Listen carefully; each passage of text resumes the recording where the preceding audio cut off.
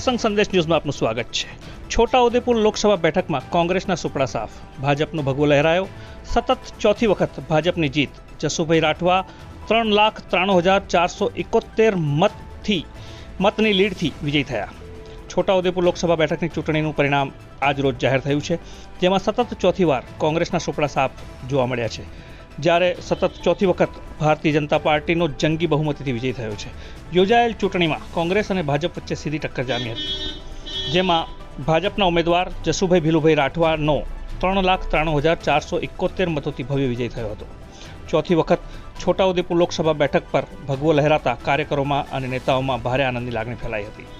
છોટાઉદેપુર લોકસભા બેઠક માટે મતદાન પ્રક્રિયામાં કુલ 2205 મતદાન મથકો પર યોજવામાં આવી હતી, જેમાં કુલ 7 વિધાનસભા બેઠકનો સમાવેશ થાય છે, જેમાં હાલોલ, છોટાઉદેપુર, પાવીજેતપુર, સંખેડા, ડભોઈ, પાદરા, નાંદોદ જે વિધાનસભાઓમાં કુલ 18,14,194 મતોમાંથી 12,59,760 મત પડ્યા હતા।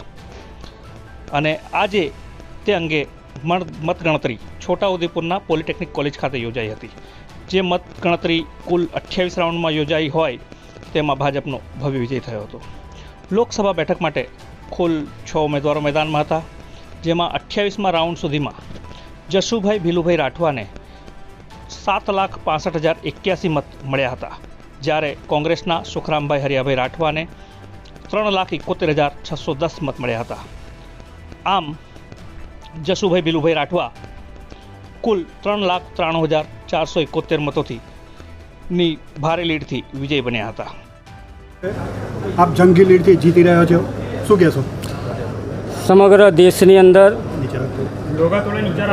આદરણીય નરેન્દ્રભાઈ મોદી સાહેબ છેલ્લા 10 વર્ષથી ભારતના એક જનસેવક તરીકે કામ કરી રહ્યા છે, ત્યારે એમનો પ્રેમ અને લાગણી લઈને છોટાઉદેપુર લોકસભા મત વિસ્તારની અંદર આવતી તમામ નાગરિક ભાઈઓ બહેનો પણ આદરણીય નરેન્દ્રભાઈ મોદી સાહેબને ત્રીજી વખત વડાપ્રધાન બનવા માટે ખૂબ મોટું મન બનાવી લીધું હતું, અને આનું આજે પરિણામ જોવા મળી રહ્યું છે। ત્યારે આજના તબક્કે આદરણીય નરેન્દ્રભાઈ મોદી સાહેબના કરેલા કામો અને મારા ભારતીય જનતા પાર્ટીના મત વિસ્તારમાં આવતા છોટાઉદેપુર લોકસભા મત વિસ્તારમાં આવતા 7 આદરણીય ધારાસભ્યશ્રીઓ, આદરણીય જિલ્લા પંચાયતના સભ્યશ્રીઓ, આદરણીય તાલુકા પંચાયતના સભ્યશ્રીઓ અને મારા સરપંચશ્રીઓ અને ભારતીય જનતા પાર્ટીના પ્રદેશના હોદ્દેદારો, જિલ્લાના હોદ્દેદારો અને મંડળના હોદ્દેદારો અને ભારતીય જનતા પાર્ટીના બૂથના પ્રમુખ, પેજના પ્રમુખ અને પેજ કમિટીના સભ્યો, આ તમામની મહેનતથી આજે આ છોટાઉદેપુર લોકસભાનું કમળ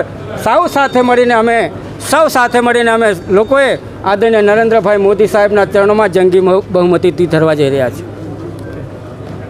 ઓકે।